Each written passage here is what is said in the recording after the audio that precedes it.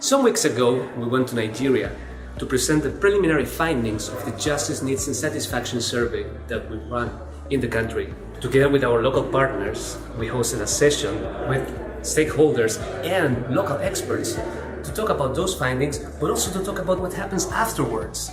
Because for us, it's not what happens with the report, but what happens afterwards with the data that is important.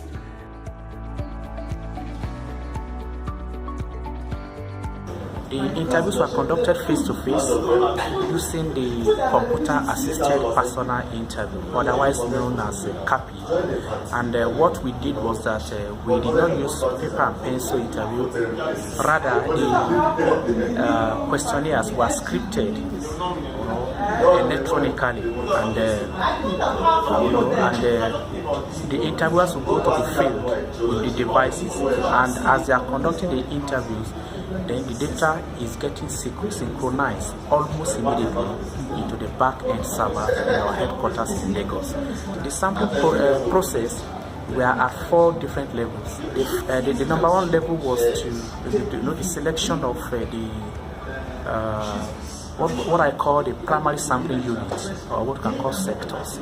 So after randomly selecting at that level, then you move to the second level, which is also a random selection of houses, or what we call the dwelling structures. Then the third level is to move from the dwelling structures also to select the household within that particular dwelling structures.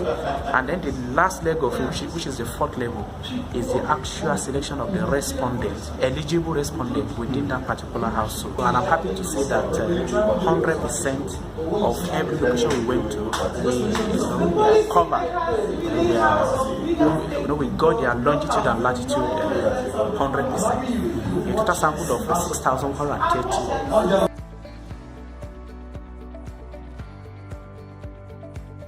How can technology make the justice sector even better? Well, I think the justice sector can be made better through technology to addressing 2 basic points. One has to do with delay in the processes.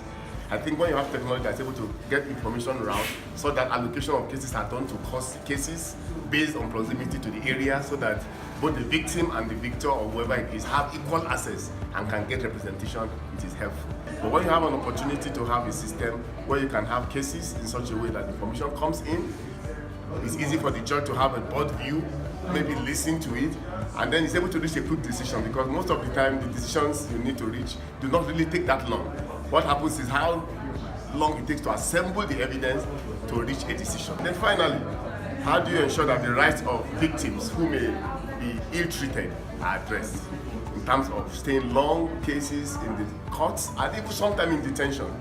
If you have a technology that's able to flag a case that is beginning to drag, a case that should last 2 weeks, and you see a red flag and you say this case is getting beyond 2 weeks, at the touch of the button you can know where they are, who is handling them, what the causes are, and somebody can quickly take an informed decision to make sure there's an expedition to get the case dispensed with as quickly as possible.